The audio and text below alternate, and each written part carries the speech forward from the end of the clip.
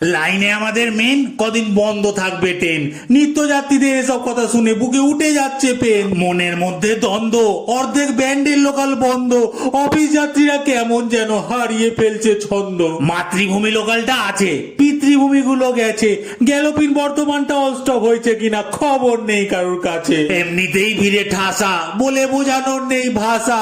তার উপরে ট্রেন বাতিল, দুষ্কর হয়ে উঠবে যাওয়া আসা। যন্ত্রণার ফুল ফুটবে, লোক এদিক ওদিক ছুটবে।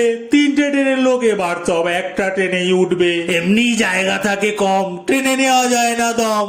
এবার মনে হচ্ছে নুন আনতে ফুরিয়ে যাবে গম। ট্রেনে উঠতেই সবে চ্যানেলে ঢুকে দাঁড়াতাম তবে, এবার মনে হচ্ছে আর তাও হবে না, বাংকারে উঠে বসতে হবে। কেউ রাখতে দিলে ভালোবেসে ব্যাগটা ঝোলাতাম তার এসে, এবার মনে হচ্ছে ব্যাগের ভারে এক্সট্রা ডাবলু হয়ে যাবে অবশেষে। তার উপর ট্রেন লেট, বস খিস্তি দেয় এক পেট। কোন দিন আমায় বার করে কোম্পানি তালা মেরে দেবে গেট। বাড়ি থেকে বেরোতে হচ্ছে আগে, ফেরার ট্রেন ক্যান্সেল আমার ভাগে। উফ কি উটকো যন্ত্রণা এসব, বলো তো কার ভালো লাগে। প্রাণ হয়ে আছে ক্ষীণ, চলবে টানা 32 দিন।